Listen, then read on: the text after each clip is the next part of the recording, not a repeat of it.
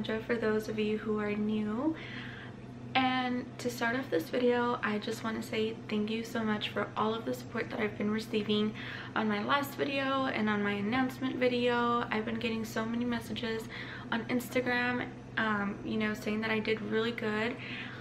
Honestly, thank you, because I thought I was like doing horrible and I thought I was all over the place. But you know, it gives me huge peace of mind to know that I did okay, and I'm really just glad that you guys enjoyed that video that I made. Okay, so I noticed that in my last video I was looking down a lot, and if you guys see me doing that again, it's because I don't want to get anything of the research that I did wrong, so I wrote everything down. So yeah, that's why most of the time I'm talking and then I go like this, because I'm looking at the information that I've written down. Now, to get right into this next video, I'm going to be talking about James Martin Roberts, and he's this boy from North Carolina, and I say boy because he was only 19 years old when he went missing. And let's just get right into the details and facts about this disappearance.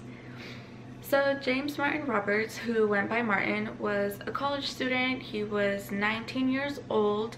He was living in Boone, North Carolina, and he moved there because he was attending, I'm probably not going to say this right, Appalachian State University. So I'm just going to call it ASU from now on, because I don't know if I said that right, and if I said it wrong, it's just hard to say. Well, while attending the school, he was a part of a fraternity, and this is how he actually met most of his friends there. And I can't really remember if he had attended for a full year at ASU before he ended up transferring to a community school.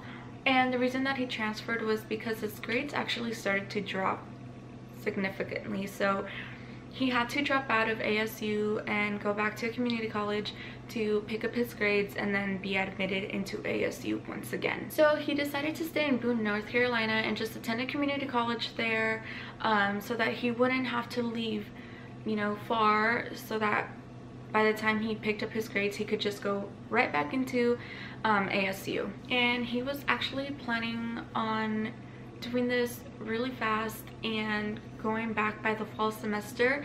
I think he attended community college for 6 months before he was planning on returning. So Martin and his father, they spoke on the phone very often. I mean, this was like, if it wasn't a daily thing, it was probably like a weekly thing, several times a week that they would speak on the phone. And you know, he would tell his father that he was super excited to go back to ASU and be with his friends and be a part of this fraternity again.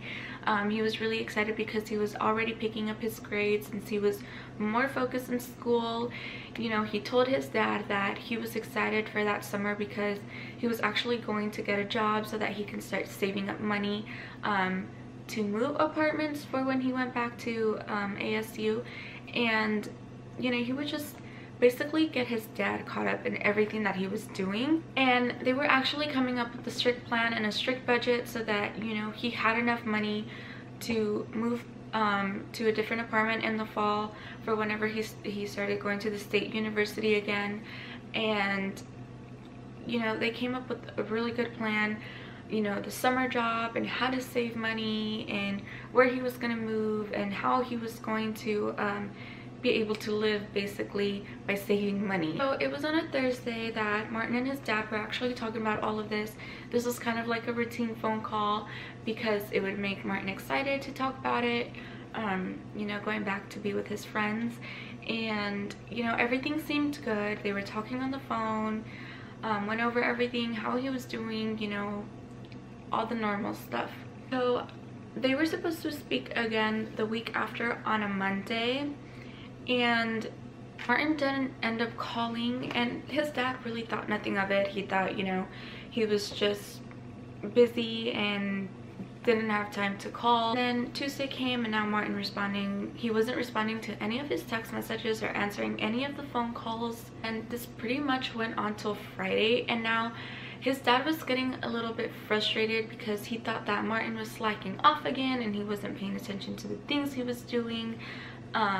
But again, his dad really didn't worry too much. He was like, you know, he's just slacking off, he's being irresponsible, or he lost his phone is broken, or, you know, he didn't think anything crazy about the situation because Martin was a 19-year-old boy. So once Friday came and he still hadn't heard anything from Martin, he actually started getting worried.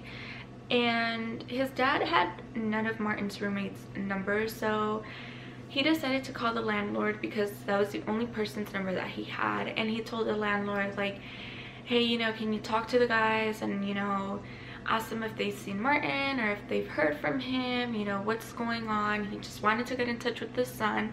And of course the landlord ended up relaying this message on to Martin's roommates. So this is when the guys decided to go into Martin's room to see what was going on because they hadn't seen him. And when they opened the door, his room looked normal. I mean, it was a messy room, messy boy room, really. There was stuff everywhere. But one thing did catch their attention. They found his phone, they found his iPad, they found his laptop, I mean everything that he used for communication. But they also found a note that was laying on a pile of his stuff on top of his bed. So I mean, if it was like right there, right at the entrance, obviously Martin wanted someone to find this note, or at least that's what it looked like. They also found non-prescribed depression pills, and then once they looked inside the trash can, they found that there was almost like a rough draft of this note that he had written. It almost looked like he wanted this note to be perfect. He wanted to get his point across, because like I said, he had started on the other paper and then just decided to make a brand new one, and it almost kind of said the same thing, but I guess it went more into detail of the point he was trying to get across. So these guys immediately let the parents know, you know, what was going on, what they found, and his parents actually ended up leaving to Boone right away, like, I mean immediately. So they never ended up releasing this note, but the dad did say that this note basically said that, you know, that he was sorry for not having had taken advantage of everything that was given to him, all the sources, and he was sorry that, I mean, he was pretty much disappointed in himself. And then he said that he just wanted to start over. His family never ended up releasing this letter, this note, because, you know, they said that if Martin was still out there, that it could potentially be embarrassing. So they, you know, they didn't want to put him on blast like that.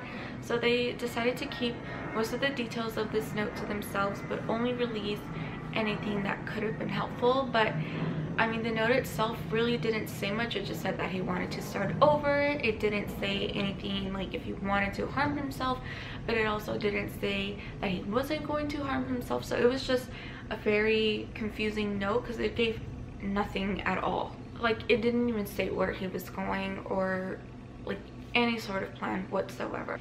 So right away the police was notified, and they found out that Martin had last been seen at a bus stop like at around 12:30. They were able to find this out because the surveillance cameras on the buses actually, you know, caught him, you know, around that area. And he was actually talking to a young woman who some people said it was his cousin, but not even his dad said that it was his cousin, so I don't know why people said that. But she said that basically all they talked about was school and how he was so excited to go back to ASU the following semester, or for the fall semester. But she said that he didn't give off anything like he was leaving, or he didn't say what his plan was or anything like that. They just had a normal conversation, and then she's seen getting on the bus, but he doesn't get on. And then one of the bus caught him just walking away, and then after that, when the next bus comes around, he's not seen. So the last thing that he was seen wearing, it was a short sleeve black ASU windbreaker. He was wearing khaki shorts, and he was wearing gray like New Balance shoes, I believe, and then he was wearing a white visor. And he also had a small backpack on him, or a regular backpack, but it almost looked like, as if he had nothing inside of it. I mean, it looked really empty. There was like no bulk to it. There was no indication that he was planning on leaving anywhere by the looks of his backpack. I mean, it just looked like he was gonna go somewhere and then come back really quick, almost like it just showed nothing of him trying to leave for like days at a time or anything that can help with survival if he was like going into the woods, because there was like a lot of wooded area around there, and yeah, his backpack or him just didn't give any indication that he would be going there. So once police started investigating his room, they ended up finding his a fake ID, and so they kind of figured, you know, oh, he probably made another one and then disappeared, but they could find no proof on that. And then later on they ended up finding his debit card, but they didn't find his real ID, so there was no way to know if he had lost it or if he had it on him, but it wasn't found anywhere in his room. And like I mentioned before, they also found his phone and his iPad, and they found his laptop, which is basically everything that he would use to communicate with his parents. He would need Wi-Fi to communicate with his parents, so I mean,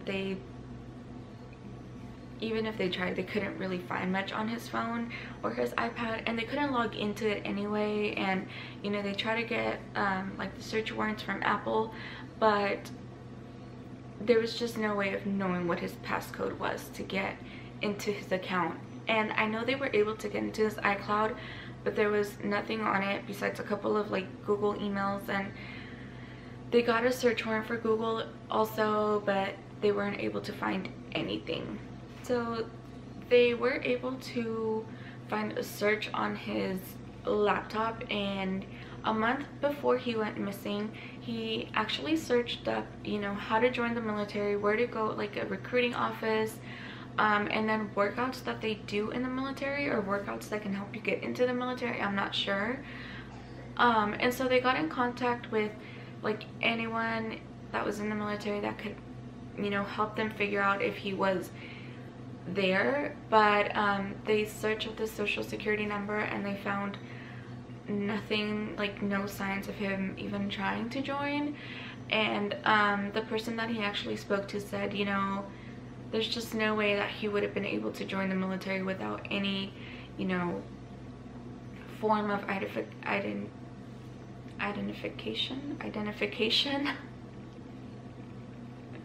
Oh my god, I'm tired. And so yeah, it just would have made it really hard for Martin to join the military. Plus he didn't even have his passport because his parents had that, so there would have been no way. They started searching the area.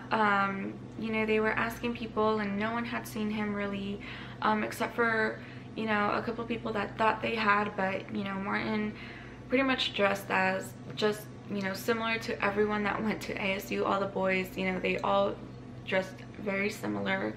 They, you know, they had that frat boy look, so you know, they would see a lot of like tall blonde guys and they thought it was him. But either when police went to go check it out, it was either not him or they couldn't find the person that they were talking about.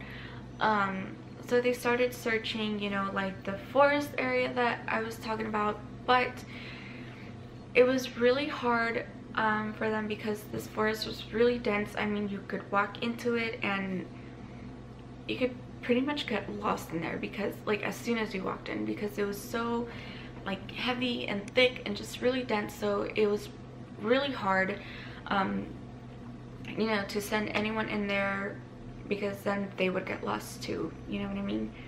They searched campsites and there was no proof that Martin had ever been there. And like I said, it basically showed no sign that Martin would be going camping or on a hike. This girl did come forward and say that she knew him, and she knows that she saw him heading towards like this very popular lake area where a lot of, you know, college students would hang out. And so police went, they had a search and rescue team with them, and you know, they searched around the area, they searched the water, but they found nothing. So they continued to search around, you know, this area as much as they could, but it was really hard because it was really dangerous, like this area that they were searching in. So I mean, like, it was just so dense. Like, if you looked somewhere, you had to really make sure that you were looking at everything, because you could so easily miss something. And then going back, it was springtime too, so everything was growing, so it was just really hard on, you know, the police and the search and rescue teams, because it was so crazy in there. I mean, there was cliffs that they couldn't even really see, they just kind of knew about them, so it was a really dangerous area. Before they found his debit card, they actually didn't even know it was in his room, so they tried tracing any type of activity coming from his card, but it was actually you know, combined with his parents' account, so they would have been able to see if like he had made any transactions or anything like that, but he didn't. They didn't even know if he had cash on him. His parents say that he probably didn't, because I mean, what college student does? And like, there was just no way of telling either way if he had cash on him, really. So pretty much at this point, police and his family didn't know if they were looking for someone who committed suicide or body, or if they were looking for someone who was on the run. I mean, you know, it would have been pretty hard for him to leave the country without his passport, but not impossible. He could have just, you know, went into Mexico, but doing so, like, he didn't have a car, so he would have had to, you know, travel a really long distance. And like I said, his backpack showed no indication, so this case is pretty confusing, because they don't know. Like, nobody knows what happened. Nobody knows if he harmed himself or if he just left. I mean, when police were investigating everything, and you know, they were questioning the people that he knew, that he was around with, and they were, you know, questioning his friends, they actually found out some pretty odd stuff about Martin. For example, they interviewed a group of friends, and Martin had told them that he was off with another group of friends, but he told them that he was with another group of friends. And so like, he would just lie to this group of friends, but at the end of the day, he wasn't hanging out with anybody. I mean, he would just completely go off the radar. He had no social media activity, like nothing at all, and then he would just pop back up out of nowhere, like he had never just, you know, disappeared. And you know, police found this very odd, and there is no telling what he was doing during this time, because like I said, they couldn't find anything on it. Like, they couldn't get into his phone to find anything, or into his iPad to find anything, and then his laptop said nothing. So everyone was kind of just left puzzled onto what happened to him, because everything was so strange. Like, where was he during this time? What was he doing? Who was he really with? If he was telling all of his friends that he was hanging out with, you know, his other group of friends, but he really wasn't. So yeah, this whole situation was just very frustrating for, you know, for his family. Like, I feel for them. Like, what do you do in these circumstances? Like, your son left a note, but you don't know what he was gonna do. You don't know if he was really leaving to start over. You don't know if he was leaving to harm himself. Like, there are so many questions in this disappearance that it's really frustrating. And you know, authorities are like trying their hardest to find him, and just no one knows what is going on. So now we can get into the theories that have popped up. The first one is that he left because he was so disappointed in himself that he just wanted to leave and start over, and so he completely left. Just no one can find him. And you know, some people were saying, like, you know, what if he joined like the Peace Corps or anything like that, and there's no way, because he would need his passport with him and he doesn't have it with him, and if he made a copy, like, his parents would know. Other people have said that he did commit suicide, and you know, they just haven't found his body yet because this area is so big and it's intense. Like, it would be really hard to find him. I mean, a couple years back they were looking for a girl around the same area, and a year after, that's when they found her in an area that they had already searched. This is how quickly this forest grows and how crazy it is in there. Like, it's just, you miss one little spot and you can miss everything. So there's no way of knowing if he's in that forest, you know, like his body's there. I read another one where that he probably had a boyfriend that he didn't want anybody to know about, and that he's still alive, and that when nobody knew where he was at, when he was telling his friends that he was with his other friends, he was really with this man, and he was ashamed to tell his parents, so he ended up leaving with this man and starting his life over again.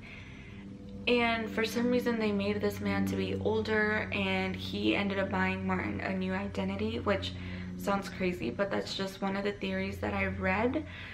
And I think that's pretty much it for all the theories that I read. Like, those are the most popular ones. Honestly, I don't know what to believe. I don't know what I would make of the situation. I would only pray and hope that he is alive and that he's somewhere out there. He's just hiding, like, in plain sight. He's probably at a homeless shelter, and because they're not allowed to give you any information, you know, he could be there. They just can't tell you anything. And that's what I would hope for. I mean,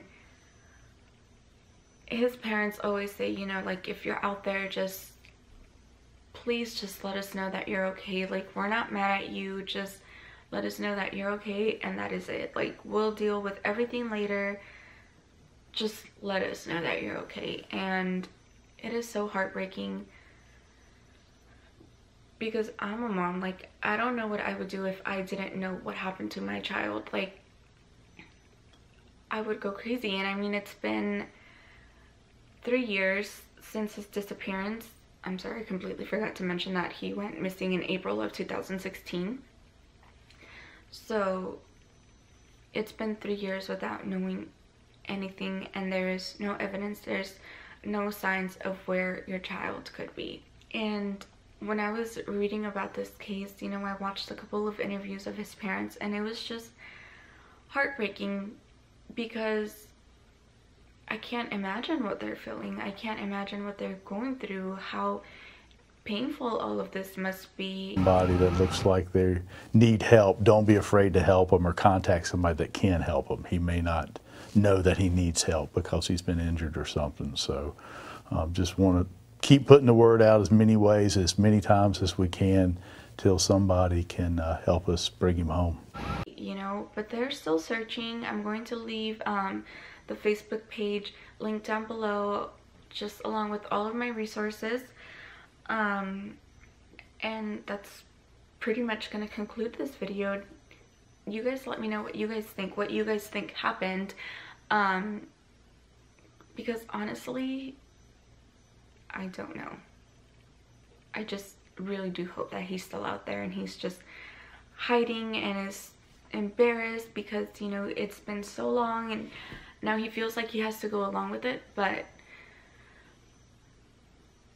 I hope something is found. I hope he's found alive and okay, and, you know, just, he was taking these antidepressant pills that his parents couldn't explain because he had never shown any signs of being depressed. Like, he was never one to be like in the front of the crowd. He never wanted the attention, but he showed no signs of like, you know, any mental illness or anything like that. So, you know, maybe he did suffer with some kind of mental illness, and so that drove him to like leave, or, you know, maybe he was just, he thought that his parents were so disappointed in him that the only way that he thought that the only way for him to make it better was just to go away.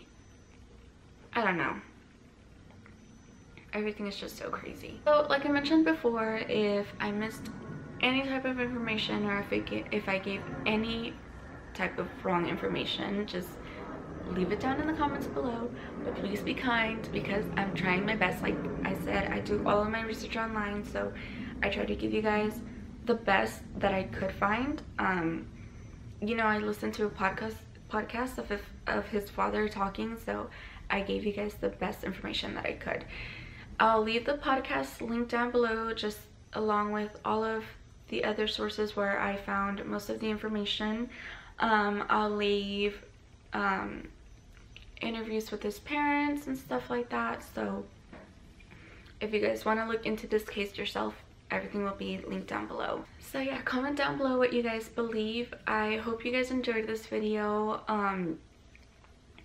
and I'll see you guys next week on my next video. Bye!